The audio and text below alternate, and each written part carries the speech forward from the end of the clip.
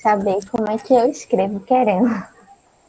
Querela, sim. Querela você escreve com Q-U-E-R-E-L-A, mas eu vou colocar aqui no chat. Professor, não tinha Oi. escutado falar nisso, não, tipo, em querela. Nunca ouviu falar em querela?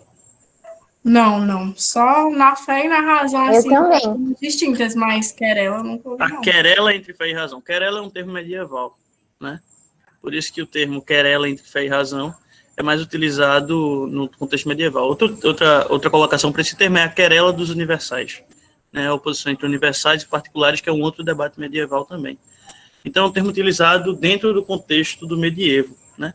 Mas eu queria que vocês falassem, eu não sei o nome do rapaz que falou há pouco, mas a colocação dele é muito boa. Geralmente vemos a razão e a fé, a religião, como opostas, né? A ciência e a religião, né? Como algo oposto, como algo contrário, como algo divergente, como algo que não se aglutina, que não se engendra, que não se acopla, né?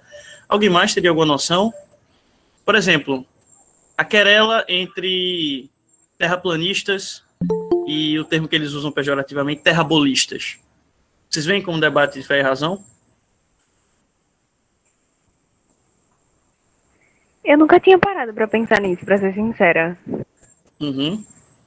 E o que Eu, por partes assim, eu vejo, sabe, se for considerar fé e razão como opostos, então, no caso, né, para mim, essa teoria da Terra plana se opõe muito ao que é explicado na ciência, sabe? Então, eu consideraria também. Aí vem as problemáticas filosóficas que eu quero trazer para a gente debater ao longo dessa aula. Será que tudo que está relacionado à razão está necessariamente ligado à verdade? Será que tudo que está relacionado à religião está necessariamente ligado à falsidade? Será que razão significa conhecimento objetivo a respeito do mundo? E será que fé ou religião significa conhecimento subjetivo de uma experiência unívoca em relação ao mundo? O que é que vocês acham? Unívoca é de um só caminho, tá? De uma só vocação. Unívoco significa isso. Calma, pode repetir, por favor? A primeira ou a segunda parte? A segunda, né? As Acho que foi mais perguntas, as complicado. perguntas. Pronto, a primeira é, será que tudo que está relacionado à razão significa relação direta com a verdade? Será que tudo que está relacionado à religião significa relação direta com o que é falso? E, segundo ponto, será que a razão é uma forma objetiva de garantir um conhecimento do mundo e a religião é uma experiência subjetiva de uma relação unívoca com algo próprio, ou seja, algo seu, a religião é individual, enquanto a razão é objetiva e universal? Será que é isso? Eu acho que é isso que a gente tem na cabeça por ser isso que é ensinado pra gente, sabe? Esse é o ponto. Vocês acham, ou não acham, muito suspeito, que a religião ser acostumada à falsidade é contraditório à ideia de que existiram filósofos no período medieval, por exemplo, de que existia pensamento racional, pensamento filosófico, como a gente vai ver aqui alguns nomes, né? Mas o mais importante deles é Santo Agostinho e Tomás, com que o senso comum fala, né? Senso comum é um termo, inclusive, medieval, sensos comunes, né? O Big Bang não é controverso, a religião, e a religião não é controversa ao Big Bang. A teoria das espécies, do Charles Darwin, né? Da seleção natural, não é controversa a religião não é controversa, Charles Darwin. Cada um tem o seu campo epistêmico de observação, a gente vai entender um pouco melhor isso. A religião e a razão podem andar juntas, podem se opor e podem confluir. Agora a questão é entender como, em que condições, de que modo, né? Então a gente tem aqui algumas possibilidades de observação, tá certo? Aí eu vou começar, sem mais delongas, né? Mas eu queria fazer antes um apanhado histórico, e vocês podem ficar à vontade para perguntar também, já que eu já sei que vocês têm essa diretriz, o que provavelmente vocês foram ensinados, ou que o senso comum menciona, para que a gente avance, tá? Primeiro ponto, eu queria ressaltar elementos históricos que culminaram na transição entre a antiguidade clássica, ou melhor, a idade romana, que não é a antiguidade clássica, mas é a era da divulgação da dimensão pan-helenística, né, da influência da cultura grega numa civilização não grega, no caso dos etruscos, né, os romanos.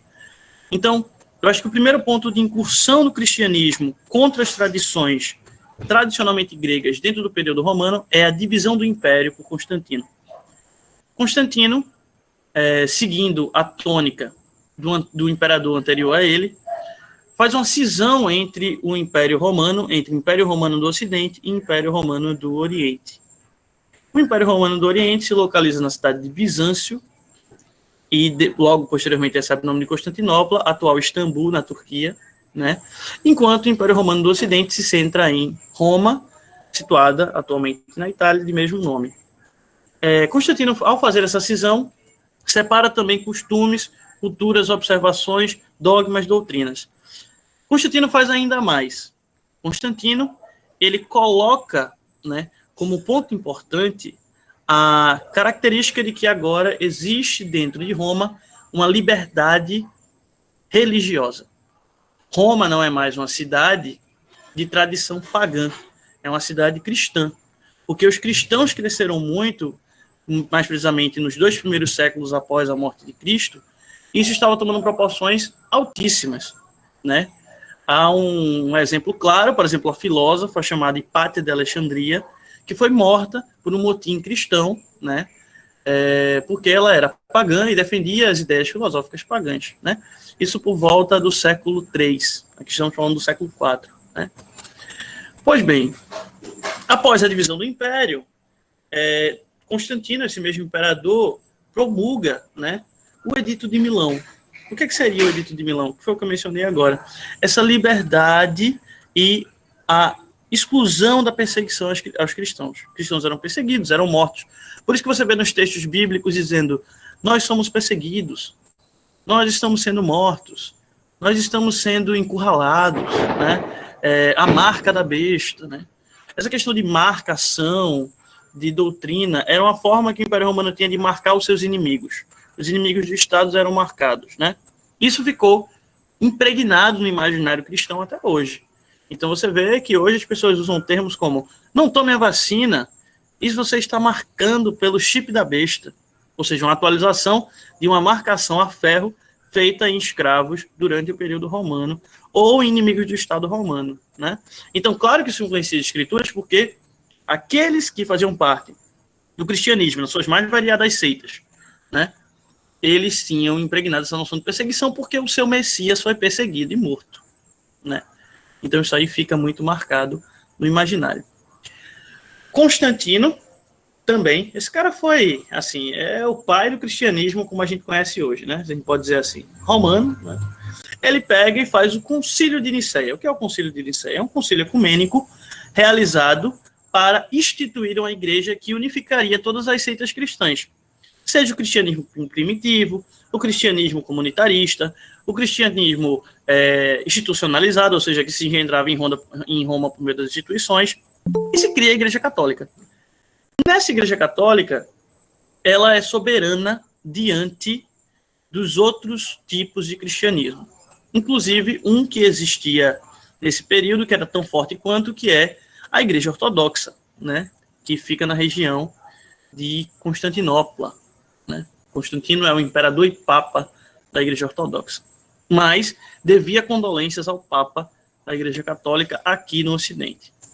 Só que um evento acontece por volta de quase 50 anos depois, que é a queda do Império Romano Ocidental. Essa queda do Império Romano Ocidental acontece por um outro evento, que é as invasões bárbaras. Eu não gosto do termo invasões bárbaras, porque ele soa muito preconceituoso com as culturas godas, visigodas, né, astrogodas, que eram povos da Germânia, por exemplo, ou povos como Frânquia, os povos da Frânquia, os gauleses, os trácios, que foram dominados pelos romanos. Soa preconceituoso porque os romanos não viam os bárbaros como os gregos viam.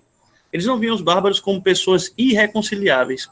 O termo bárbaro significa aquele que não fala a minha língua, que balbuceia. Bárbaro vem de balbúcia, balbuciar, falar palavras sem sentido, né? Grunhir. Então, bárbaro significa isso. Mas o romano via que o bárbaro poderia se tornar romano.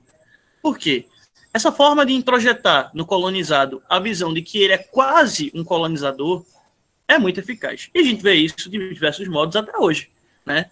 A gente, no Brasil, tem essa síndrome, por exemplo, de achar que é quase americano, seguindo padrão de consumo, seguindo noções estéticas. Isso foi inventado no Império Romano. Então, eu poderia ser astrogodo, mas se eu estou dentro dos limites do Império, e eu sou considerado não um cidadão, mas um membro republicano, né, porque Roma chegou a ser uma república, nesse período é um império, então eu sou membro romano, então eu sou quase o meu colonizador. Então, as invasões bárbaras foram algo gradativo. Eu não diria que, historicamente, a gente pode definir que houve uma cisão revolucionária entre barbárie e queda do Império Romano. Isso foi sendo assimilado aos poucos, porque o Império Romano, se a gente observar bem, ele existe até hoje na Igreja Católica. Só que sem o uso da força, sem o exército, mas o catolicismo é uma instituição essencialmente romana. Sua língua é o latim, seu método de atuação é romano, sua institucionalização é romana, suas doutrinas são de origem romana, porque sofreu influência, a gente vai entender por quê, e assim sucessivamente. Então, os povos bárbaros foram se engendrando a isso, né? A queda acontece com a deposição de Rômulo Augusto, então o Império Romano do Ocidente cai, com a Igreja Católica, né? Cai com esse Império Romano do Ocidente com Rômulo Augusto, mas o Império Romano do Oriente permanece, né? Ele permanece não mais sobre a égide de Constantino, mas de outro imperador, e permanece, porque o Império Romano do Oriente só vem cair, né, por volta do século XV, século XVI, quase na virada dos dois, tá bom? Estão conseguindo entender isso geograficamente? Estão conseguindo situar isso geograficamente? Professor, Constantinopla tem algo a ver com isso aí? Tipo, Tem o quê? Constantinopla tem o quê? Se Constantinopla tem a ver com isso, Espera aí só um instante.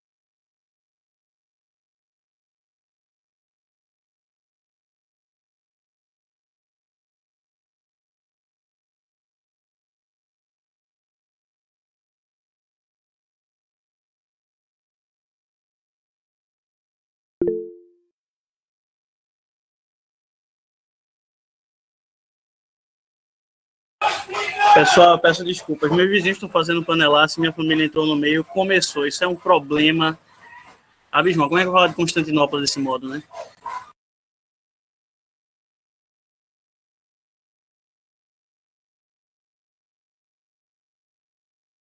Bem, gostaria de fazer parte, mas não posso. Enfim. Continuando, né, o nosso ponto. Eu acho que dá para a gente continuar, pelo menos com esse barulho de fundo pouco incisivo. Mas, enfim. Conseguiram entender, situar geograficamente? Quem é que estava fazendo a pergunta? Acho que foi a Karina. Foi, professor, foi eu. Pode fazer a pergunta, Karina. Se Constantinopla tem a ver com isso? Com isso o quê? Com esse período, professor? Medieval? Uhum.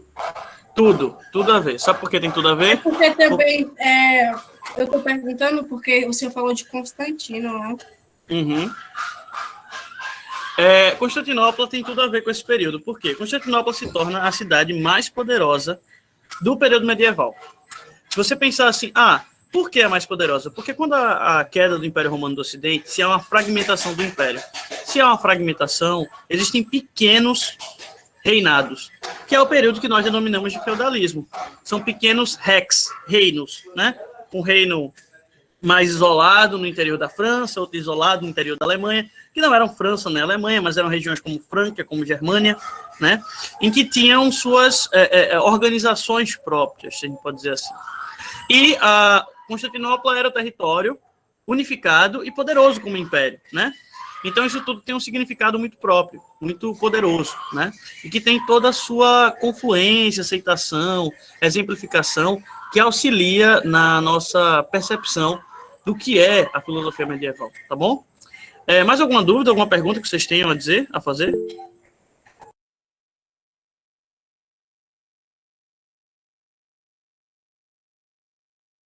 Eu vou voltar a projetar o slide, tá? Enfim, a gente vai ter que falar desses elementos históricos porque eles são essenciais para entender a organização desse contexto, tá bom? Só um instante, mais uma vez.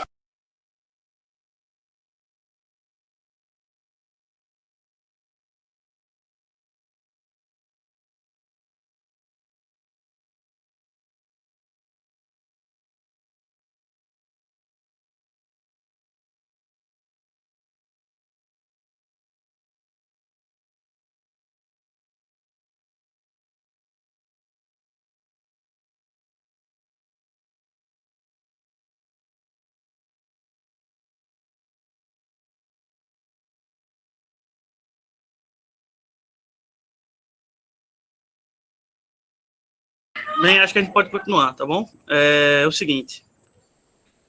Acontece a grande cisma do Oriente, que é um outro ponto relacionado a Constantinopla e a cultura da filosofia, da filosofia não, mas do Império Romano do Ocidente. Acontece a grande cisma, que é quando a Igreja cristã, né, apostólica romana, se distancia da ortodoxa a partir do século XI, né?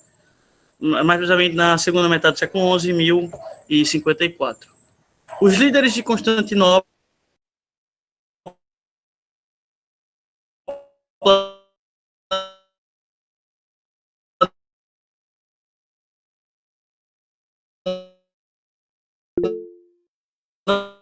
não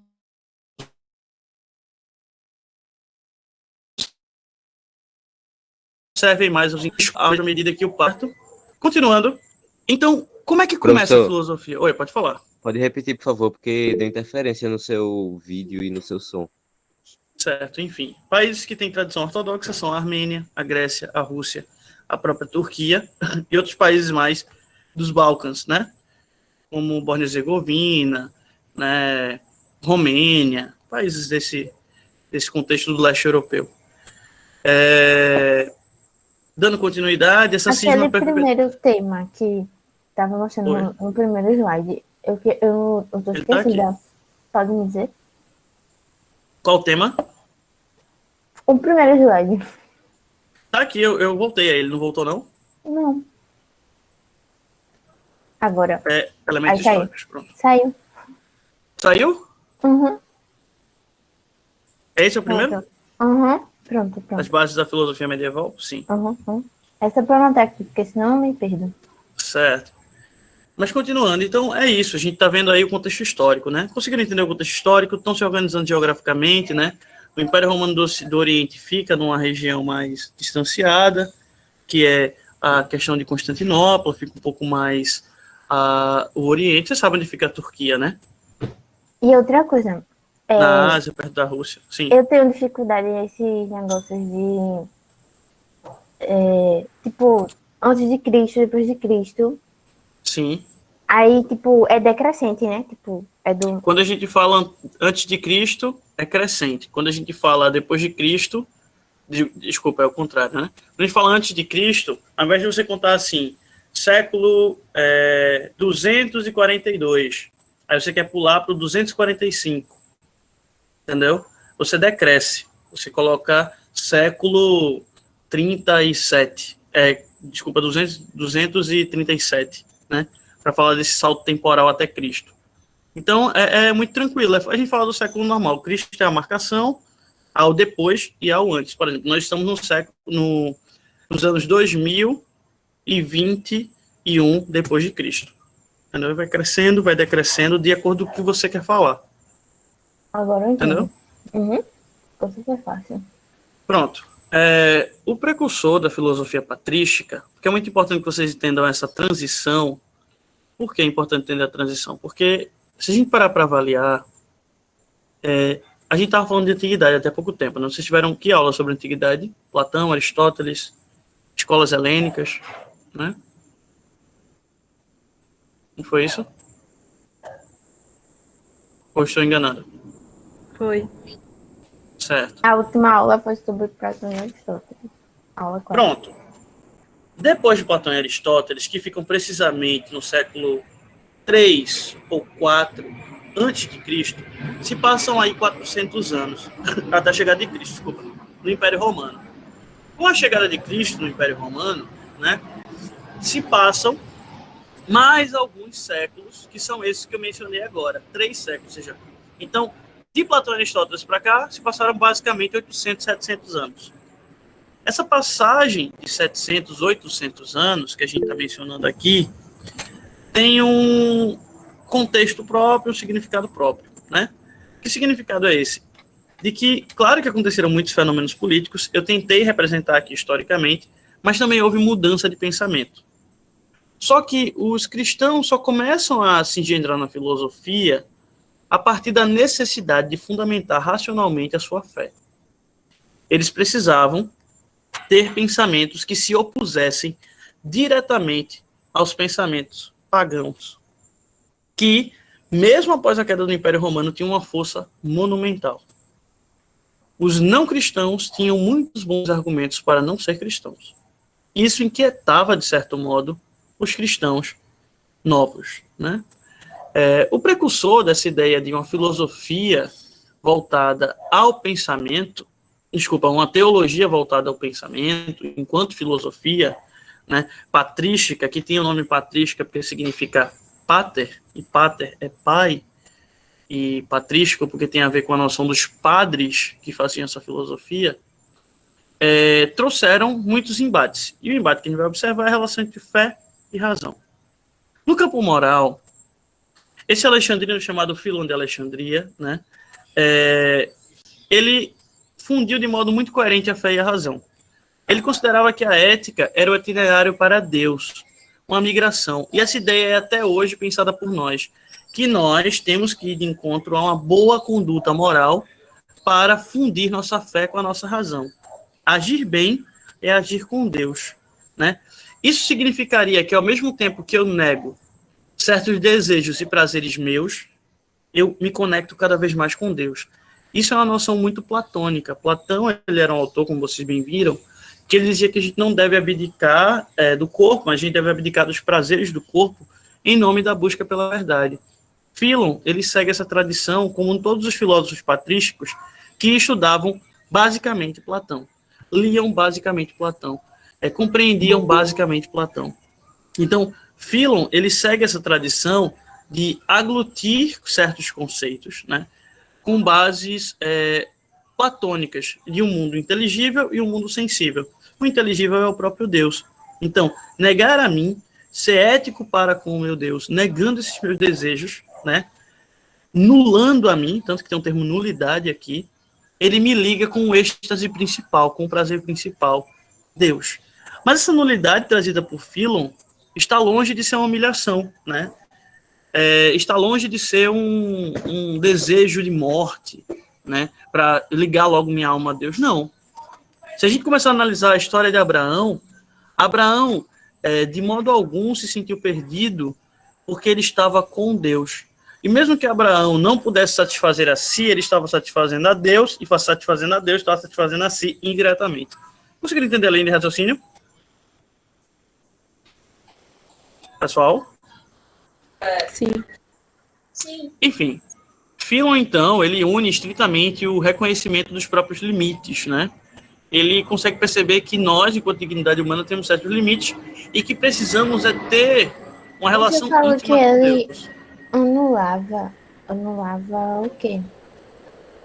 O apetite sexual, a gula, os 7 pecados capitais, a luxúria, né? O desejo de exacerbação, o desejo de dominação. Isso tudo se anulava em nome de uma intimidade com Deus, porque nós éramos parentes, nós somos parentes de Deus. Veja, nesse contexto, ainda não se... O quê? Filon que anulava essas questões? Não, Filon não anulava. Filon achava que nós devemos nos anular enquanto corpo para alcançar Deus. Para ser um cara que segue a doutrina de Deus, eu tenho que parar de beber, não transar, ser comedido, não gastar muito, não gostar de luxo. Entenderam Então, agora? para ser do lado de Deus, tinha que anular o corpo. Nossa Senhora. Anular o corpo. Mas muitos cristãos pensam assim ainda, sabia? Isso é Platão. Sim. Ainda tem Isso é muito. Platão. E a gente vai ver que não é bem assim que a banda toca, porque outros filósofos patrísticos pensam diferente de Philon. Então, Philon, ele traz uma radicalidade desse pensamento de nulidade, né? Porque ele diz, olha, se eu me anular, eu não estou perdendo nada, porque eu estou ganhando sim. O que é que eu ganho? Eu ganho um lugar no céu. E esse lugar no céu é o desejo verdadeiro. E esse desejo verdadeiro me satisfaz. Então, me anular, eu ganho um espaço íntimo com Deus. Porque eu sou parente de Deus. Nessa ideia, ainda em Philon, não se há a ideia de que nós somos filhos de Deus. Isso também é uma ideia filosófica criada, que nós somos filhos de Deus. Se há a ideia que nós somos parentes dele. Em nenhum momento, você vê, por exemplo, se não estou enganado, no Antigo Testamento, Deus se relacionando com o seu povo, diretamente, tratando-os como filhos. Filhos no sentido de ligação quase que carnal. Mas Deus se coloca como Pai na criação da Santíssima Trindade, que é Pai, Filho e Espírito Santo, né? A Santíssima Trindade. Deus se coloca ainda enquanto Pai, mas coloca como alguém que está presente, que é o Theos, que é o início, que é o todo. Então, Philon diz, olha, você deve se anular, e se anulando, você tem a sua fé e razão fundida, porque você acredita que você vai ganhar algo no céu, e você está agindo racionalmente quando você controla seus impulsos. Né? Você controla seus impulsos, enfim. Seguindo essa linha de Philon, ele influencia um grupo de filósofos denominados de apologistas ou apologetas. Né? O que eram os filósofos apologetas? O que significa apologia? Apologia significa defesa. Por isso que você ouve as palavras como apologia às drogas, apologia ao tráfico, apologia à bandidagem, qualquer coisa do tipo. Apologia significa defesa. Os apologetas ou apologistas defendiam veementemente a importância de Cristo e Deus no pensamento filosófico. Justino Martim e Tassiano são dois exemplos claros. Eles eram platônicos também, assim como Philon. Justino, ele é o mais importante. Por quê? Porque ele trouxe a ideia de doutrina do Logos. Ele identificou que Cristo é o Logos encarnado. O que é Logos? Logos é o verbo. Lembra quando Deus fala no Gênesis? Era tudo silêncio, até que Deus disse. O que é que Deus disse? Que haja luz. Que haja luz. Isso é o que? A palavra, o verbo, o início. O início é a palavra, é o conhecimento, é a elevação, é o ser. Deus se fez carne. Quando Deus se fez carne? Quando teve Cristo. Quando teve Cristo, exatamente. Exatamente. Então, nos homens estariam essas sementinhas de Logos. Nós teríamos um pouco de Cristo em nós. Porque Deus nos criou por meio do Logos. E ele é o próprio Logos. Ele é o universo. Logos é o universo. Logos é totalidade. Então, Deus nos fez a medida do Logos. Ele fez a sua medida, a sua imagem e semelhança. Não só a Deus, mas a nós também. Então, a nossa alma humana é mortal para Justino. Por quê? Tudo que vem depois de Deus, enquanto gerado, é corruptível. Olha aí que estranho. Um cristão que não acredita na alma imortal? Não é. Nossa alma não é imortal. Eu já vi cristão que não acreditava em Jesus, mas acreditava em Deus. Então, assim, agora... Isso não é bem cristão. Isso aí é uma pessoa deísta. Ou seja, ela tem uma crença em um Deus. Mas ela não é cristão. Cristão é aquele que acredita que a salvação se encontra por meio de Cristo. Cristo Jesus. Continuando. Então, Justino, não é que ele acreditasse, gente, é uma questão de fundamentação filosófica.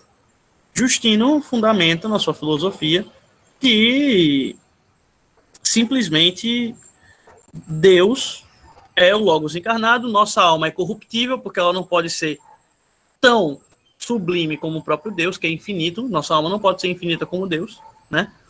E o outro ponto de Justino é que a fé, né, nos traz a revelação divina. Então, a razão não é nada sem o contato com o Logos. Ou seja, não adianta nada ser racional se você não entrou em contato com Deus. Só que Justino era um defensor. Oi, pode falar. Se, tipo assim, ele defendia que a alma não era eterna. Então, tipo, qual era o propósito, sabe, de seguir os dogmas? Se normalmente é ter a salvação, né? Você ir para o céu quando morre. Muito boa a sua pergunta. Ramon, né? Isso. Ramon. Imagine um ioiô. Digamos que esse ioiô, ele não caísse inteiro no chão. Quando você soltasse ele, cada parte dele cairia para um lado, mas quando você puxasse, todas viriam juntas. Justino acredita que nós não temos alma imortal porque, ao sermos corrompidos, ou seja, ao morrermos, nós voltaríamos para a natureza. E voltar para a natureza é voltar a Deus. Entendeu? Ah, entendi, sim, entendi. Então, a natureza, os vermes comeriam minha carne, minha pele, e eu voltaria a me integrar com Deus. Mas não na inteireza da sua perfeição, infinitamente, mas na inteireza da sua ordem logística, né, ou cosmológica. Eu voltaria a ocupar um lugar nesse todo. Por que Justino pensa assim? Porque ele tem muita influência de Plotino, né, que é um outro neoplatônico, né, porque Deus é o nux, a essência principal, não podemos nos aproximar da essência principal. Então, o que é que Justino pensa? Ele pensa que os gregos não conheceram Jesus, então eles estão salvos. Sabe por que eles estão salvos? Porque se eles falaram da verdade e a verdade é Jesus, eles falaram de Jesus e Deus sem saber. Então eles falaram de Deus, mas não estavam sabendo que era Deus. Então se eles falaram sobre a verdade, eles defenderam de certo modo Deus, então eles são salvos. O conhecimento deles é válido. O conhecimento racional grego tem um contato com o Logos, porque eles tinham, querendo ou não, fé. Sem saber, mas eles tinham. Fé em que eles não sabiam, mas era Deus, no fundo ali. É uma explicação meio assim que o Justino dá para salvar a filosofia grega. Consequentemente, Taciano, seu discípulo, que era assírio, não concordava com Justino. E pensava no seguinte, olha, a filosofia grega não serve. Ela é extremamente rocambólica, ela é extremamente grandiosa, mas ela não diz sobre Deus. E eu, um bárbaro, conheci Deus por meio da palavra, da Bíblia, e eu me orgulho de ter encontrado Deus pela revelação divina, e o importante é a fé, e eu não preciso fundamentar racionalmente nada, só crer e acabou, como um salto escuro no abismo. A razão grega não me serve, porque ela fala de coisas que não são o meu Deus, o importante é a minha fé. Assim pensava Taciano. Entenderam a diferença entre os dois? Na questão da fé e da razão? Justino, ele defendia mais a influência da razão na fé, né? Era? E Taciano defendia mais não sei se seria correto dizer que era uma fé cega. Isso, uma fé cega. Enquanto Justino acreditava que a razão estava cega porque não encontrou a fé. Mas a razão é necessária. Ah, sim, tudo certo. Avançando, a gente chega no principal nome, num dos principais nomes da patrística, que é Tertuliano e Minúcio Félix, né? Tertuliano, ele fundamenta uma noção muito legal. Ele fala que Atenas e Jerusalém não têm nada em comum, fé em Cristo e sabedoria humana se contradizem. Ele é radical, ele é que nem Taciano. E ele fundamenta um termo, credum quia absurdum. Crer de forma absurda, nada de razão. A alma é naturale cristiana, a alma é naturalmente cristã, e não precisa da razão para conhecer a Deus, apenas a fé irrestrita. Ele é muito mais radical que Tassiano, inclusive, porque ele fala que a cultura filosófica afasta o homem da verdade. O que aproxima o homem da verdade é a sua fé. A sua fé é fundamental. Então, Tertuliano ele assumiu talvez até a noção de Sêneca, que é um filósofo romano, que é estoico, que ele achava que a concepção corpórea da realidade é o próprio Deus, ou seja, eu preciso ter fé em tudo, eu tenho que confiar em tudo, confiar na planta, confiar na comida que eu como, confiar no meu sono, confiar no meu corpo, porque Deus está em tudo. Tudo é Deus e é só ter fé, eu não preciso pensar sobre as coisas, eu só preciso ter fé nas coisas, que elas funcionam, que elas não funcionam, que elas são, que elas não são. Tertuliano cria esse conceito do credum, que é absurdo. Grave esse termo, crer absurdamente, crer no absurdo, porque a gente vai ver que Santo Agostinho se opõe a isso, tá certo? Os padres latinos anteriores a Agostinho, como é o caso de Tertuliano, foram um pouco atraídos por essa noção da filosofia grega, e que eles são hostis com a filosofia grega. Minúcio Félix, por exemplo, condenava a sabedoria grega, né? Acusando-a de ser tão grandiloquente e pomposa quanto vã, né? E ela é abstrata e muito superficial. Ela não fala sobre Deus. Ele também prega a noção do credum, que é absurdo. Não são todos os padres latinos anteriores a Agostinho que creem nisso, mas uma boa parte deles, né? Para o Minúcio, ele acredita que apenas a doutrina cristã pode ser considerada sabedoria, de coração autêntica e profunda. O conhecimento grego não é considerado nem conhecimento para ele. Ele é tão radical quanto Tertuliano, só que ele aprimora a sua teoria de conhecimento, dizendo, olha, isso não é nem conhecimento de nada. Os gregos estão falando de um vazio, grandiloquente, megalomaníaco, cheio de firulas e palavras bonitas, que no fundo, estão falando de um vazio abstrato. Né? Conseguiram entender esse termo, da crença absurda? Vocês identificam isso no dia a dia em algumas pessoas? O que é que vocês acham? Sim, professor, entendi, identifico sim, com certeza, né? A gente vê muito por aí. Isso. Tanto a questão do fanatismo religioso, mas também, tipo, no momento de agora, né? Em questões políticas. Essa crença absurda, a ponto de distorcer notícias, assim, discordar de tudo que a mídia apresenta, porque a mídia é comunista, que a mídia é isso, que é aquilo, sabe? Então, acho que se aplica isso. Isso. Que é o que você denominou de fé cega, né? Eu gostei do termo. Mais importante que isso, a gente tentar verificar mais a fundo, é entender o seguinte: percebam que os cristãos de hoje são uma coxa de retalhos. Eles pegam um pouco de Tertuliano, um pouco de Minúcio de Félix, alguns são mais agostinianos, outros são mais justinianos, outros são mais Félix, né, de Alexandria. Você vê que eles não sabem a Deus. Pergunte a um cristão, se tem cristãos aqui, que é importante saber disso. Qual a sua doutrina? Qual a sua doutrina? Como você compreende Deus? Acho que é a pergunta fundamental, se nós somos cristãos. Como compreendemos Deus? O que é Deus? Como ele se fundamenta? Onde Deus está? São perguntas filosóficas trazidas pelos filósofos patrísticos que foram importantes. Então nós vemos que as pessoas vão até a igreja, não sabem nem o que é a sua própria fé, não sabem nem o que é o seu Deus, mas eu não os culpo. Eu culpo aqueles que os enchem de palavra e não de sentido.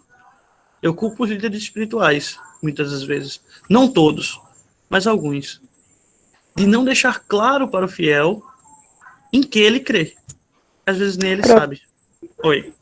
Você falando nisso, eu lembrei de uma vivência que tinha um rapaz, eu não sei o que ele era, mas ele é cristão e também era professor de filosofia. E tinha algumas pessoas na igreja que achavam um absurdo ele ser professor de filosofia. Justamente. Sendo que a gente viu aqui quantos filósofos cristãos já? A gente viu uns 4. Estamos chegando no 5º agora. Não é não? Para você ver. A filosofia, o seu maior período foi na Idade Média. Durou 1000 anos. Durou do século V ao século XV. Só com filósofos cristãos. Muito tempo, né? 1000 anos de filosofia cristã. Os filósofos se debruçaram muito sobre a noção de Deus. Se debruçaram muito. Oi. Pode-se dizer que Jesus foi um filósofo também, né? Porque, tipo, ele de certo ensinou modo. meio que sua filosofia para outras pessoas, né? E até hoje a gente segue. Só que, tipo, Isso. algumas pessoas, elas são tão radicalistas que levam muito ao pé da letra e acabam colocando a religião, como é que eu posso falar? Uma visão estranha do cristianismo. Só que não é assim. Isso, perfeito. Para que a gente saiba o que é e o que não é cristianismo, precisamos fazer o quê? Filosofar sobre a palavra. Professor, Oi. e aí é que tá, né? Porque, tipo, isso, o que o senhor fala agora, sabe, sobre filosofar, sobre a palavra e tal. Isso se liga com aquela questão que o senhor falou de culpar os religiosos, sabe? De não permitirem que as pessoas tenham conhecimento da própria fé. Calma, não os Né? religiosos, os líderes religiosos. Isso, É os diferente. líderes. Pronto. De culpar os líderes religiosos por proibirem os outros proibirem não, né? Mas, enfim, não permitirem, sabe, filosofar. Limitarem o acesso. Exatamente. Pronto, limitarem. Aí, no caso, né? Tipo, acho que desde muita criança, assim, que cresceu em berço cristão, sabe? Já foi silenciado por alguém por fazer algum questionamento sobre a própria religião. Eu cresci no berço cristão também. Eu fui luterano por muito tempo, que é a primeira forma de protestantismo. Fui posteriormente batista. Hoje não sou mais cristão, eu sou pagão, eu sou candomblessista. Né? Mas eu acredito em Deus, obviamente. Mas a minha religião é de matriz africana, então é diferente. Né? Então, mesmo sendo de religião de matriz africana, eu compreendo todos os fundamentos do cristianismo. Passei um ano na universidade lendo a Bíblia, um ano na universidade lendo esses textos, então a gente acaba se acostumando, né, com as noções. O que a gente entende é que se você tem fé, ela vai se afirmar cada vez mais. Se você já não tinha tanta fé, você vai perder um pouco que tinha, porque tem que ter fé, realmente. A fé é importantíssima para o elemento religioso. Eu não vou poder dar essa aula, mas quem fala isso é o Guilherme de Rockham. Dá a fé o que é da fé, dá a razão o que é da razão, porém, não tomas a tua fé como falta de conhecimento, nem a tua razão como falta de crença. Então, conhecimento e fé andam lado a lado, assim como razão e crença andam lado a lado. O cientista precisa de crença também. E a gente vai entender isso melhor, aí vocês guardem as perguntas, quando o Agostinho aparecer. Agostinho é o principal nome da filosofia patrística. Vocês já devem ter ouvido falar de Santo Agostinho, né? Veja, filósofo, santo, pensador, fundamental do período patrístico e africano. Ele era argelino, né? Ele nasceu na região de Hipona, se eu não me engano, é a atual Argélia, né? A Argélia tem dois grandes filósofos. Desculpa, eu não sei se ele é etíope ou se ele é argelino. Deixa eu dar uma olhada aqui. Uma colinha, deixa eu dar uma olhada. Eu acho que é argelino, porque é assim como Camus, né? Albert Camus. Peraí. Eu botei a colinha aqui no celular. Dá uma olhada. Esse arquivo que não abre, cadê?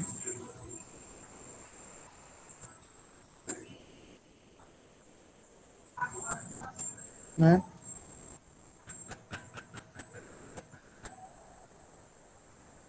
Justamente, eu acho que é isso. Isso mesmo. Fica próximo da Europa. Norte da África, isso. Pois bem, ele era filósofo africano, resumindo. Eu não vou ter como abrir o arquivo agora. Então, Agostinho foi o primeiro pensador cristão que ele compreendeu uma síntese realmente madura entre fé e razão. Ele percebeu que a fé recebe clareza da razão. A razão é o que aclara a fé. Porque se a fé for cega, ela nos leva para o mal. Ela precisa da razão, segundo Agostinho. Mas também a razão tem um ganho muito forte, um estímulo superior quando tem fé. Então, um estimula o outro, de modo que ambas são complementares. A frase de Agostinho é credo ut intelligam, intelligo ut credum. Se eu creio, eu tenho razão. Se eu tenho razão, eu creio, eu tenho fé. Esse equilíbrio entre fé e razão é constante no período medieval, como nós vimos. E a solução de Agostinho é uma teoria, a gente pode dizer, do conhecimento. Aqui eu coloquei o termo gnosiológica moderna, mas é do conhecimento, de um círculo hermenêutico, ou seja, de uma complementaridade, como uma cobra que morde o próprio rabo, né? Esse significado de conhecimento pressupõe pré-conhecimentos. Para conhecer algo, eu preciso de algo anterior para conhecer, né? A possibilidade de conhecer. Porque um computador, para rodar um Windows, ele precisa ter um sistema operacional. Desculpa, para rodar um Word, né, para rodar um aplicativo, ele precisa de um sistema operacional. Então, tem que ter um conhecimento prévio para vir outro posteriormente. Esse conhecimento prévio é a fé. E a razão esclarece essa fé. Só que essa razão que esclarece essa fé, ao mesmo tempo se esclarece, porque ela percebe pelo que ela está falando, sobre o que ela está falando. E lembra que eu mandei vocês guardarem esse termo de Agostinho, de Tertuliano, né? Que é credo in ut absurdo, né? Agostinho desconhece. Né? Desconhece esse termo porque ele não faz sentido do escopo agostiniano, não tem relação com Agostinho. Para Agostinho isso não faz sentido. Essa fé cega, ela não cega só a si mesma, ela cega você. Ela cega a sua visão com Deus. Por que Agostinho pensa isso? Porque Agostinho traz Deus para dentro de nós. Agostinho tem uma passagem muito importante, que eu acho muito bonita das Confissões, que ele fala: eu, certa manhã, quando pequeno, saí às ruas e roubei a pera do meu vizinho. Aquela pera estava maravilhosa. Mas por que eu fiz aquilo se eu tinha peras em casa? É porque eu não estava sentindo o gosto da pera. Eu estava sentindo o gosto do mal que habita em mim. Da ausência de Deus. Vocês vão entender melhor na próxima aula, mas eu vou antecipar um pouco. Não existe bem e mal. Existe bem e a ausência do bem. Por exemplo, existem pessoas com muito cabelo no mundo, né? Tipo Yuri era cabeludão. Mas existem pessoas com muito cabelo no mundo porque não existem cabeleireiros ou porque essas pessoas estão afastadas dos cabeleireiros? Elas estão afastadas dos cabeleireiros. Então, não existe o mal é o vazio. O mal está em nós. Não existe mal substancial, o diabo conjecturado na minha frente, o mal. Né? Isso não existe. O que existe é o mal moral. E Agostinho fala que a maior grandeza do homem é quando ele reconhece em si o mal que ele pratica e é. Isso o aproxima de Deus. Porque ele está entrando em si. Agostinho faz uma distinção fantástica, a distinção entre desculpem, o eu e Deus. Agostinho é o criador da noção de sujeito. Vocês falam muito, eu acho, eu penso, é a minha opinião, como se a gente fosse algo. Antigamente, Deus e nós eram uma coisa só. Agostinho separa no seu livro As Confissões. Ele se confessa consigo mesmo. O que é quem vai no padre fazer o quê? Se confessar. Que é botar para fora o meu mal, o que eu sou, né? E Agostinho tem trechos aqui das Confissões que eu peguei que eu achei muito lindo. Então esse Deus, ele é o positivo da criação, ele é sem limites na criação que existe. Resumindo, Deus é esse atributo imutável, expresso na fórmula com que ele se indicou a si mesmo. Eu sou aquilo que é. Deus é só. Eu não preciso responder, nunca vou saber o que é Deus na sua inteireza, mas eu sinto quando eu reconheço o meu próprio mal e busco me aproximar com ele. Como é que eu sinto Deus? Por meio da graça. Quando Deus me ilumina pela graça. Uma vez eu estava com um Uber e o Uber me contou uma história assim. Aí o Uber chegou para mim assim: moço, eu estava numa corrida uma vez, 12 horas de trabalho. Era tarde da noite e um jovem pediu para parar no posto de conveniência, não tive tempo nem de parar para comer. Ele estava voltando de uma balada ou algo assim, e ele comprou um salgado para ele. E eu estava com dinheiro contado que eu tinha conta para pagar no outro dia. E o cara trouxe um salgado para mim com refrigerante e foi... Aquilo ali foi Deus na minha vida. Quando ele falou isso, eu percebi. Para Agostinho, ele viu Deus. Ele de fato viu. Ele estava correto. Por quê? Porque ele vê Deus por meio do milagre, por meio do sentimento. Né? Deus usou o outro para vir até mim. Vocês já ouviram isso na igreja em algum momento, obviamente. mas Deus usou outro para vir até mim. Agostinianamente falando, sim, ele sentiu a graça por meio do milagre, mesmo que simples. Então, essa é a noção da graça, é como Deus se comunica comigo. Ele se comunica comigo por meio da sua forma sutil de tocar a minha alma. Agostinho acredita sim na alma imortal, que é o que todos nós acreditamos hoje. Ele acredita que essa alma imortal é pecadora, pelo pecado original. Tudo é pecado, porque Adão pecou, isso é que é o pecado original. O pecado original veio com Adão. Só de você nascer, você já é pecado. Que é o pecado seminal. Seminal significa do sêmen, que é quando Adão copulou com Eva, teve filhos. O fruto proibido, sintetizando, é isso. É a carne, o sexo. Né? Por isso que os cristãos odeiam tanto isso. Mas não tem como fugir. Porque esse pecado original, em termos teológicos, aí é um grande debate, Jesus já redimiu. Pode ter seus filhos, Jesus já redimiu, mas os cristãos nem sempre acreditam nisso. Então, quando Agostinho fala que nós já somos pecado e há pecado em tudo, temos que buscar o quê? A graça de Deus. Então, a graça ela se manifesta de vários modos. E como é que eu encontro a graça mais facilmente? Reconhecendo o mal em mim. Como Agostinho contou o caso das peras, né? Tem um trecho aqui do Agostinho das Meditações que eu queria ler para vocês, né? Que é lindo. Eu acho essa passagem maravilhosa. Que é quando Agostinho fala sobre por que ele ama Deus, por que ele gosta tanto de Deus, por que Deus é tudo para ele. É porque Deus dá dinheiro a ele, é porque Deus dá as coisas que ele quer, é porque Deus traz prosperidade, que é o que a gente vê hoje na teologia da prosperidade, né? É porque Deus tira ele do vício, é porque Deus... Enfim, qualquer coisa. E ele explica por quê. Vou ler para vocês. Mas o que amo? O que amo-te? Não a beleza corpórea, não o encanto transitório, não o fulgor como da luz, que agrada a estes meus olhos, não doces melodias de cantos de todo tipo, não o suave perfume das flores, de egugentos e de aromas, não o maná e o mel, não membros desfrutando de um amplexo carnal. São essas coisas, não são essas coisas que eu amo, meu amado Deus. E, no entanto, por assim dizer, amo uma luz, uma voz, um perfume, um alimento e um amplexo quando amo o meu próprio Deus.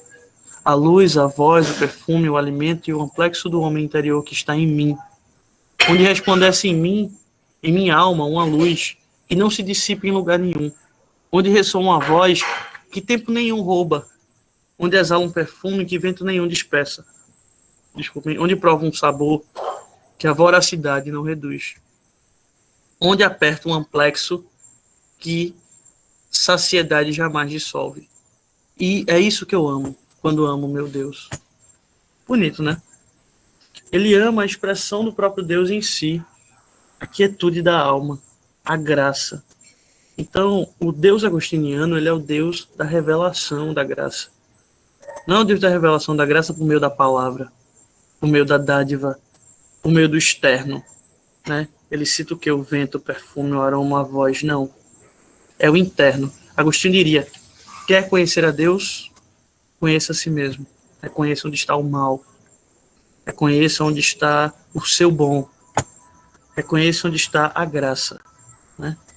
Essa palavra graça ela se repete muito em Agostinho, e ele fala que os dois instrumentos principais para o autoconhecimento é a fé e a razão.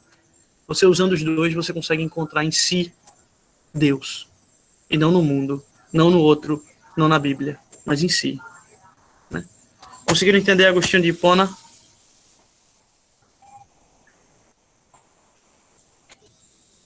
Sim, Pessoal, que silêncio mórbido é esse? Agostinho é tão traumatizante assim? Professor, você tá ganhando muito crédito, viu, aqui no chat. Tô ganhando o que? Eu não observei. Não. Muito crédito, tá? De parabéns. Ah, obrigado. Gostaram de Agostinho de Hipona? Muito interessante, viu? Eu tentei organizar uma aula que tornasse filosofia medieval atraente, né? Agradável. Conseguiram entender esse ponto da fé, desse Deus presente, desse Deus em mim, da dádiva, da graça, que não é um Deus externo, não é um Deus próspero, não é um Deus da punição, é um Deus em mim, né? Eu acho que se Agostinho tivesse vivo hoje, quer conhecer a Deus, vá para uma terapia, medite, qualquer coisa assim ele falaria, né? Vá conhecer a si, use a sua fé, a sua razão, né? Eu acho que ele Ô, diria assim. professor, Oi, só teve um filósofo cristão, foi que discordava da eternidade da alma. foi. Uhum. Justiniano, entendi. ou Justino de Marte. Todos eles, nesse período, usam o nome das cidades, vocês perceberam? Agostinho de Hipona, Justiniano de Marte, né? Tertuliano, Tassiano. Tertuliano e Tassiano não usam, porque eram romanos. Oi. Todos eles usam o nome de quê? Das suas cidades. Ah, sim. Olha aqui. Justiniano de Marte, Filon de Alexandria, né? Agostinho de Hipona, ou Santo Agostinho, porque ele é santo, né? Ele é o santo da graça, né? Ele é o santo da graça. Por isso que nós falamos graças a Deus, entendeu? Tem a ver com isso.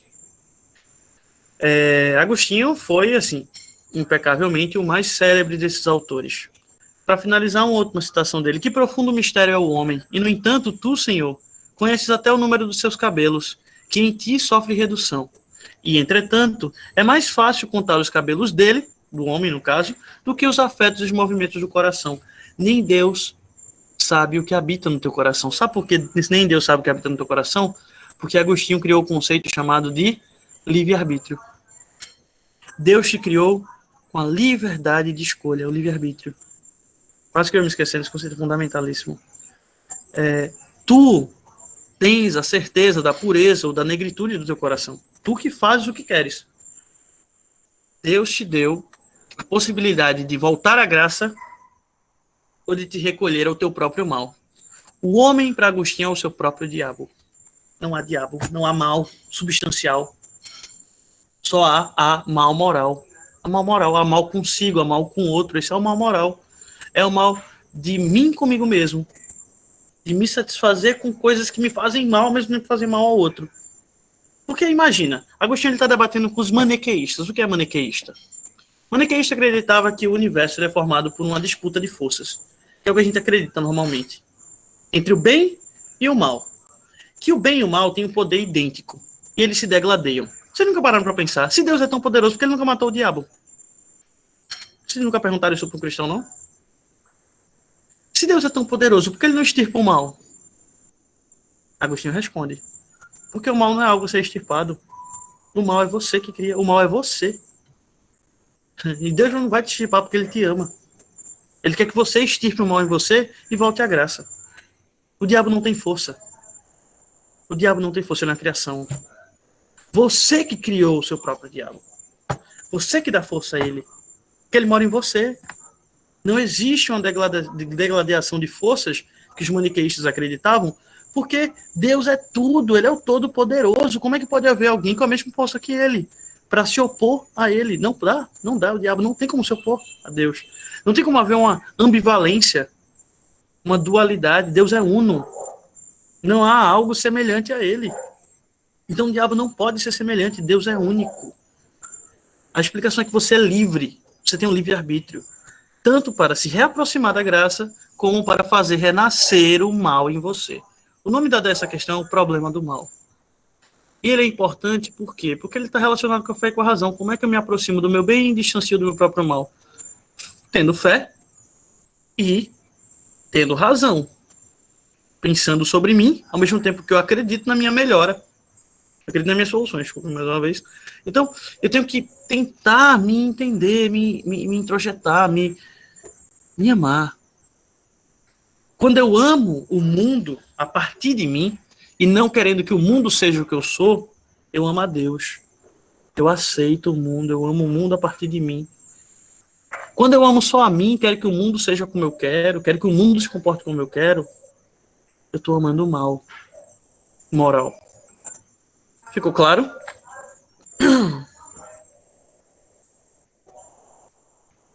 Ficou assim, professor. Pronto, Agostinho é o último grande nome, embora tenham outros, da patrística. Por quê? Agostinho, isso tudo aconteceu no século V, tá? Agostinho faleceu no século V. No século XII e XIII, surgem as universidades. As universidades existem até hoje, inclusive vocês estudam em uma, né? Elas centravam mestres e estudantes na procura de uma organização dos conhecimentos existentes até então. As universidades surgem no período medieval. E essa escola de pensamento, a segunda mais importante do período medieval, denominada escolástica, ela recebe o nome porque ela foi fundamentada nas escolas, nas universidades. Então, por isso que recebe o nome de escolástica. Isso é muito interessante porque ela tem duas linhas de ensino. O primeiro é o trivium, que abrange gramática, retórica e dialética. O segundo é o quadrivium, que ensinava aritmética, geometria, música e astronomia. Por que música? Música, nesse período, era uma ciência exata. Tá? Cada nota musical representava uma organização sonora dos números. Sabiam disso? Por isso que na partitura se fala uma oitava, uma quarta, né? Um bemol, um terço.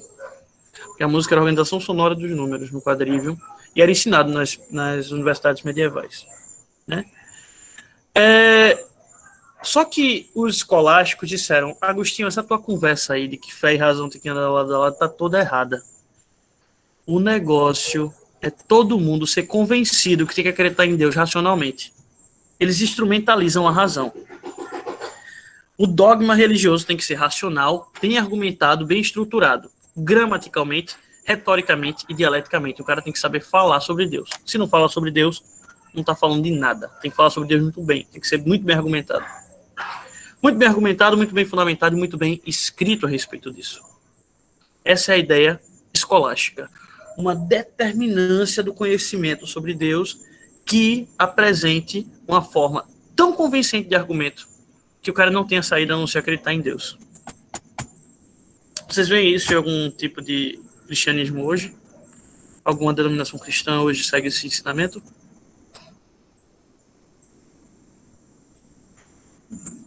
Professor, eu não. Assim, Eu acho que não. Sobre usar a razão, eu não sei não. Difícil, né? Sabe por que é difícil? Porque isso só aconteceu com os primeiros protestantes.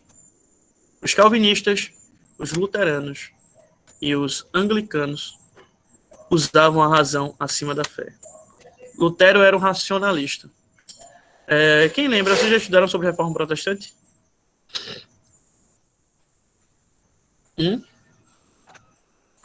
Não aqui no portal, mas já foi bem breve. No portal ainda não, mas acho que na escola todo mundo já viu. Pronto. A ideia da Reforma Protestante era que todos pudessem ler a Bíblia. Então, a Reforma Protestante acreditava que todos deveriam ser alfabetizados, todos teriam que ter a sua Bíblia, e que todos teriam que ter a compreensão racional da palavra. Não a compreensão que a gente chama de feteísta, né? Ou feísta da palavra, mas a compreensão racional. O homem deveria ter a capacidade de saber ler a palavra de Cristo. Olha que coisa interessantíssima, né? Então, os primeiros protestantes pegaram muito elementos da escolástica porque eles eram filhos da escolástica, como muitos filósofos modernos eram filhos da escolástica, né? Aprendiam sobre rigor, sobre organização racional, sobre argumento, sobre lógica, né? Você nunca ouviria um filósofo escolástico, porque na patrística eles não tinham a organização, era tudo meio dissituado. Na escolástica eles vinham da mesma escola, da mesma universidade, seja em Bolonha, na Espanha, seja em Paris, né? Eles vinham de organizações da universidade, né? Tinham um rigor, tinham um método. Na patrística era meio desleixado, assim. Por isso que Agostinho é o que mais se destaca, porque ele é revolucionário mesmo. Mas na escolástica tem muitos nomes, muitos mesmo. Com fundamentações lógicas, racionais e matemáticas fantásticas, né? Então, por essa organização da escolástica, você vê aí uma certa força, uma certa capacidade, habilidade que se destaca com muita veemência, né? No caso dos filósofos escolásticos.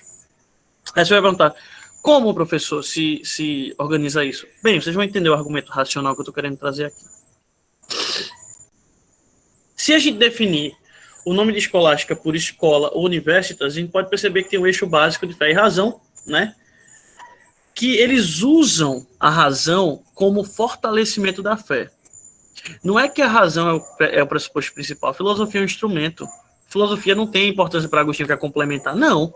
Eu uso a filosofia mesmo. Se a filosofia me ensinar a falar bem, eu vou usar. Eles usaram a retórica de Cícero. Né? Eles usaram os textos de Platão. E digo mais, os escolásticos usaram os textos de Aristóteles. Isso é bom marcar aqui. Os patrísticos tinham muita influência de Platão. O mundo sensível e o mundo inteligível. O abandono desse mundo sensível, não devo ceder aos prazeres do corpo, mas sim ceder aos prazeres do intelecto, da razão, para encontrar Deus. Tanto que a noção de céu e inferno é justamente isso, né? Céu é elevado, é para cima, é platônico. Nietzsche tem uma frase muito famosa, né? O cristianismo é o platonismo para o povo. O platonismo do povo, né? Então, é um uso de Platão, os patrísticos fizeram. Inclusive, Agostinho, ele escreve o livro A Cidade de Deus. Os escolásticos não acreditam nisso, eles são aristotélicos, eles estão vendo Deus aqui, ó. Deus, ele tem uma relação imanente, Deus é tudo, não tem esse negócio de céu lá em cima, né? Eles acreditam sim na metafísica, mas uma metafísica, né, ou seja, além do físico, relacionada diretamente com a noção racional, terrena, física, científica. De certo modo, a gente pode dizer que esses religiosos eram cientificistas, porque eles eram todo o conhecimento que havia na época. E avançado, viu? Porque eu tinha um professor, Juan Adolfo Bonatini, de Moderna, que já faleceu, que dizia, Guilherme, o período escolástico é a era da sutileza conceitual. Os caras eram craques em fundamentar conceito de filosofia. Eram geniais. Se diz ainda mais que o ouro da filosofia está nas filosofias escolásticas. Era um alto nível de filosofia, assim, inalcançável. Tá bom? Então, entenderam? Eles usavam a filosofia para fundamentar sua fé. A fé estava lá, era o principal elemento, mas a razão cobria isso e dava corpo, dava uma armadura. O cristão tinha que saber debater, filosoficamente. Tanto que, nesse período, surge uma coisa chamada disputatio. A disputatio era a disputação argumentativa sobre Deus. Os cristãos iam debater sobre Deus nas universidades. E você só ganhava o título de graduado ou de mestre se você debatesse. Se você ganhasse a argumentação. Se fosse bom na argumentação sobre Deus. Ou sobre qualquer outro tema teológico. Pode ser a fé, pode ser a moral, pode ser a epistemologia, né, o conhecimento de Deus. Mas tem que saber argumentar. Né? Interessante isso, né, gente? O que vocês acham? Então, isso era bom, né? Que estimulava o pessoal a estudar sobre, né? Porque hoje em dia, tipo, pelo menos já tem era bem difícil conhecer alguém que tenha bons argumentos para defender sua opinião, para defender sua teoria, é muito difícil. Eu acho que, na verdade, assim, não sei, agora na sociedade que a gente vive hoje, o pessoal não procura tanto, né? Assim, ficar atento em relação a isso. Concordo com você. E é necessário que fiquemos atentos, sim, porque a questão religiosa, ela, como eu falei no começo da aula, a gente vai responder as perguntas no final. Mas vamos seguir, senão eu vou me apressar. A razão é posta predominantemente em função da fé. A razão é escrava da fé. A razão precisa servir a fé, assim como a filosofia serve a teologia, para organizar a vida das pessoas. Tá? Organizar a vida das pessoas sistematicamente, o dogma. Foi o que eu perguntei da outra vez. Pergunta a pessoa, qual a sua doutrina? Qual o seu dogma? O que você entende de Deus? Um cristão que não sabe argumentar isso não é um cristão, diria Tomás de Aquino. É o que a gente vai ver agora. São Tomás de Aquino diria, você não é cristão? Você acha que é cristão? Tudo bem, você tem fé. Mas Deus diz, o que é a fé sem obras? A obra está no conhecimento também. Precisa fundamentar racionalmente. Então, São Tomás, ele ratifica o seguinte, a fé melhora a razão, né? Assim como a teologia melhora a filosofia. A graça não suplanta, mas aperfeiçoa a natureza. Ou seja, a filosofia tem um lugar dela, mas a teologia vem primeiro. A natureza tem um lugar dela, mas a graça divina vem primeiro. Deus é, Deus existe. Vamos entender o que significa existência para Tomás de Aquino também. Isso tem dois significados básicos. A teologia ratifica a filosofia, não a substitui. Claro, a filosofia tem o seu papel. E a fé orienta a razão. né? A fé não elimina a razão, mas a fé é o mais importante do que a razão, para Tomás de Aquino. Mas a razão, ela serve para fundamentar essa fé também. Não é a complementaridade agostiniana, mas é quase isso. Só que para Tomás, a fé é muito mais importante. Aí você diria assim, se você tiver muita fé em Deus e pouca razão, eu sou cristão, sim, obviamente, mas se você não tiver nenhuma razão, você não é. Só tem uma fé cega, você não tem obras, né?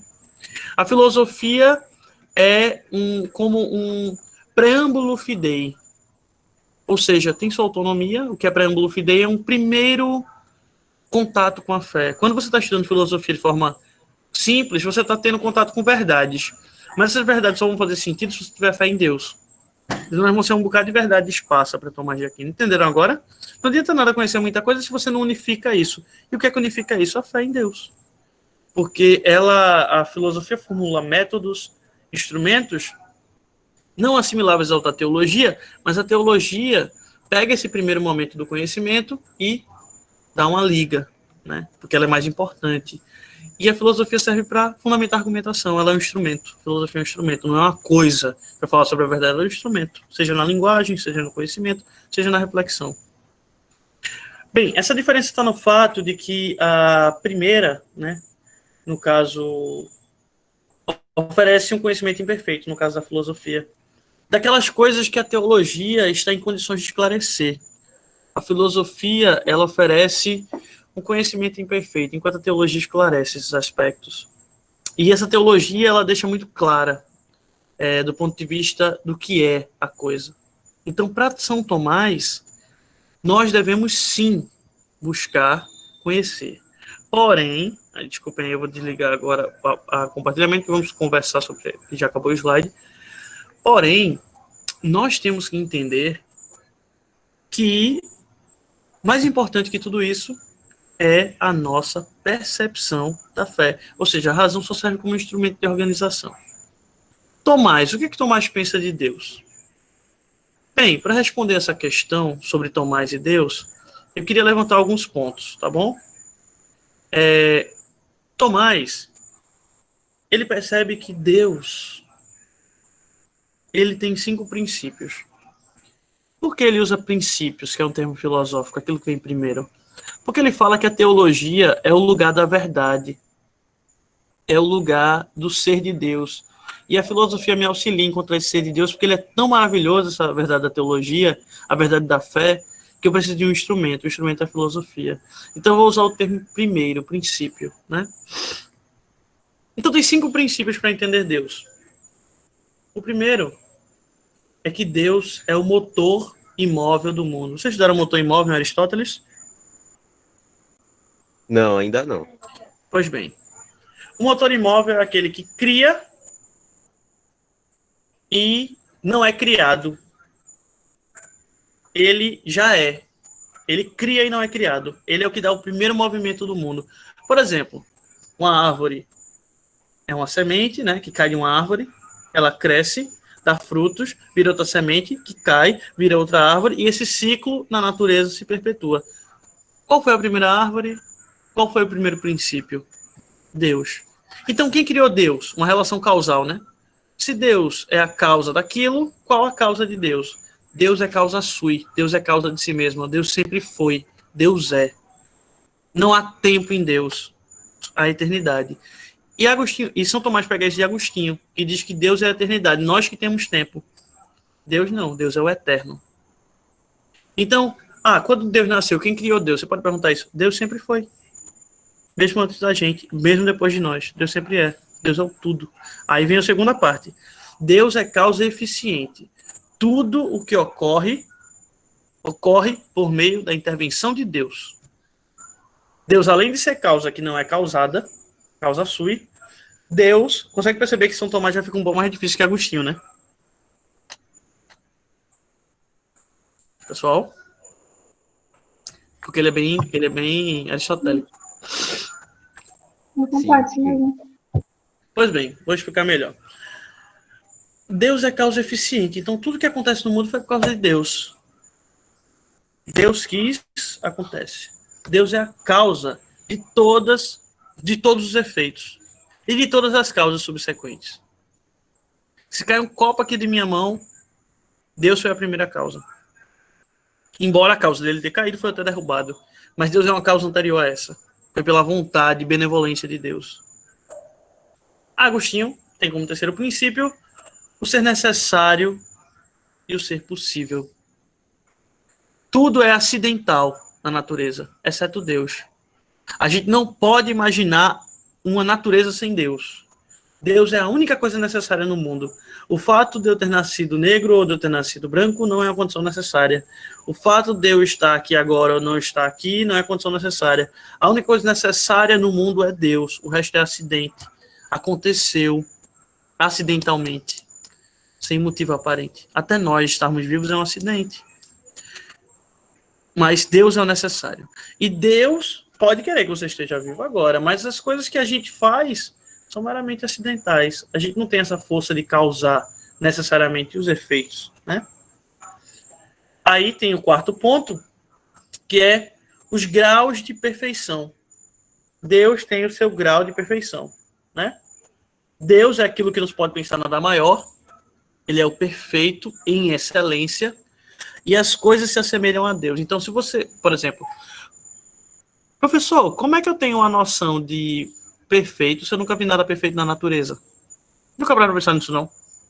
Como é que vocês sabem o que é perfeito se nunca viram nada perfeito? Como é que vocês sabem o que é o certo se vocês nunca viram nada certo? Como é que vocês sabem o que é o bom se vocês nunca viram nada realmente bom, essencialmente bom? Como é que vocês sabem o que é o infinito se vocês nunca viram nada essencialmente infinito? Nunca pararam pensando sobre isso, não? Ah, eu já, professor. Toda vez que eu paro para fazer esses questionamentos, eu chego à conclusão que nada faz sentido. Aí não, vou parar de pensar. Não, muita coisa faz sentido, muita coisa faz sentido. Quando a gente para pra pensar assim, como é que eu sei o que é infinito se eu nunca vi nada infinito na natureza? Como é que eu sei o que é o bom se eu nunca vi nada bom na natureza? Tomás de Aquino tem uma resposta. Sabe qual? Deus, quando te criou, na tua alma, há um pouco dele. E esse pouco dele é muito pouco, mas é o suficiente para você ter a certeza na tua fé que ele existe.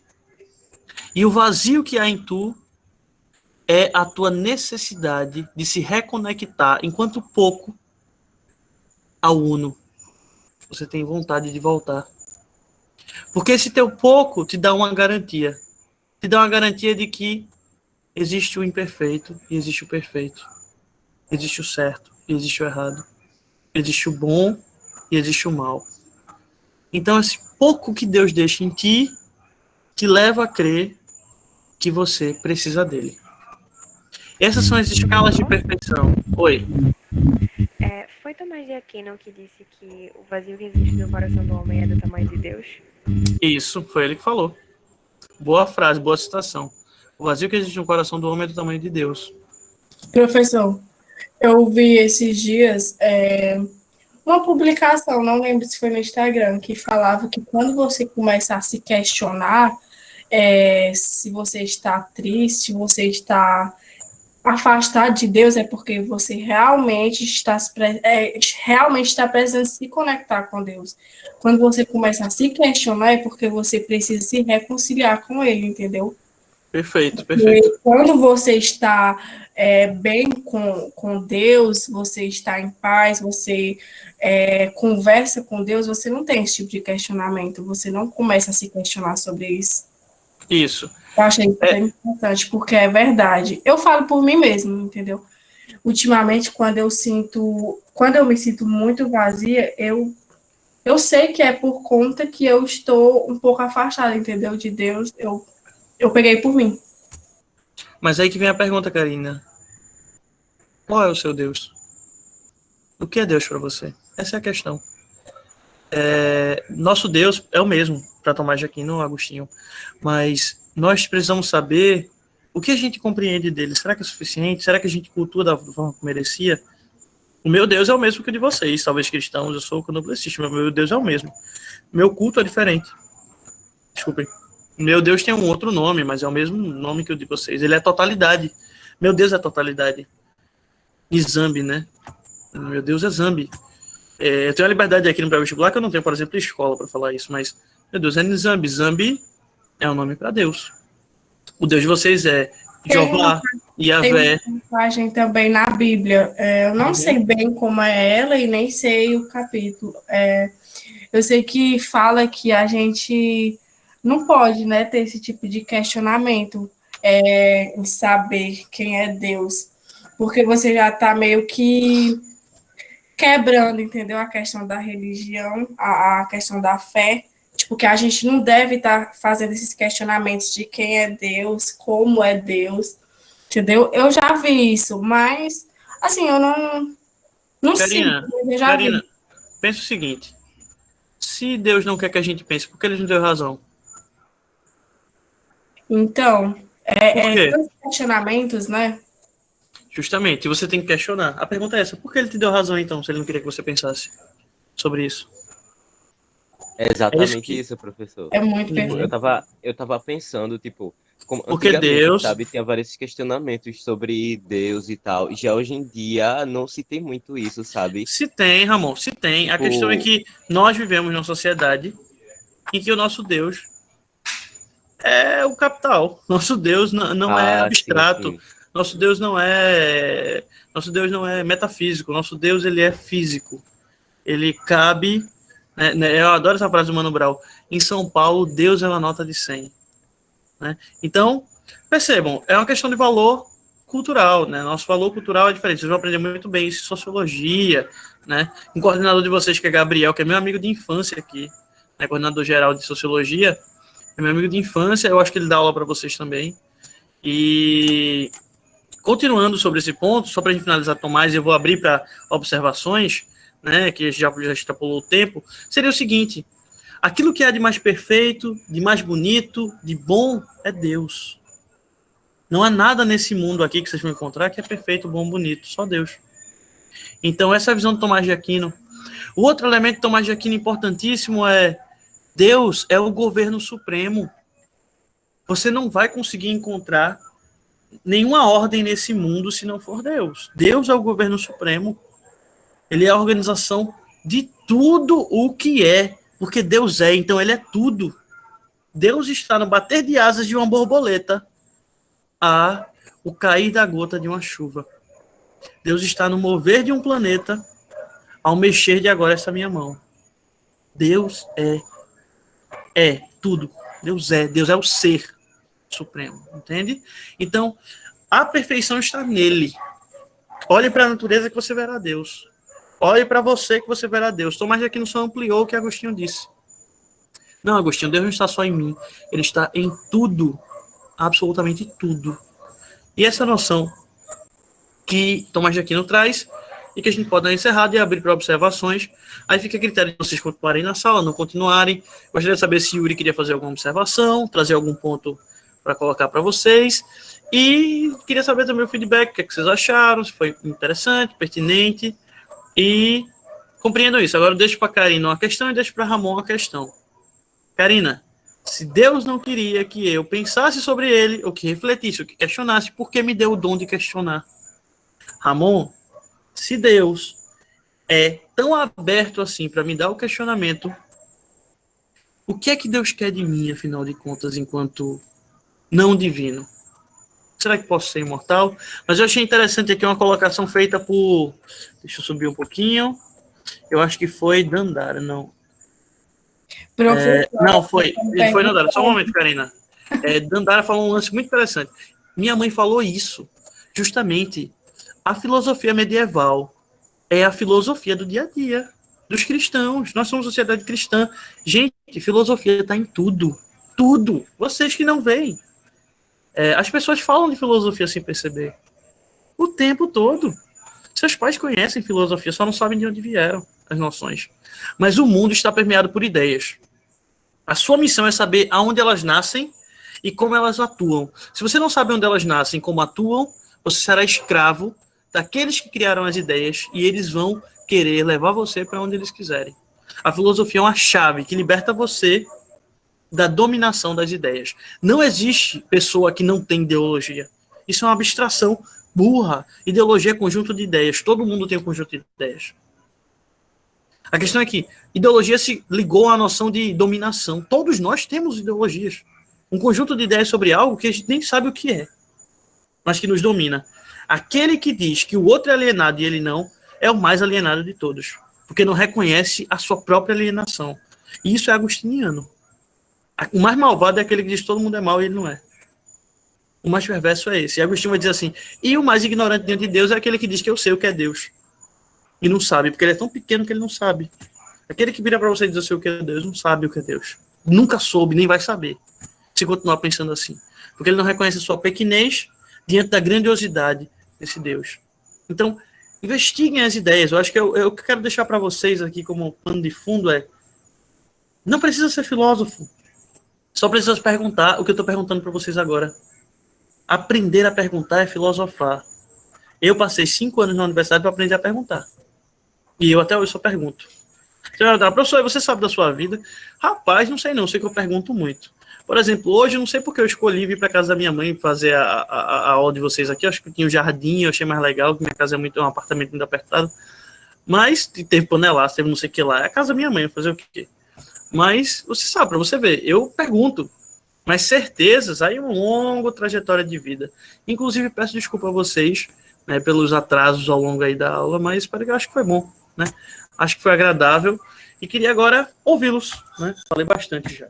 Fiquem à vontade.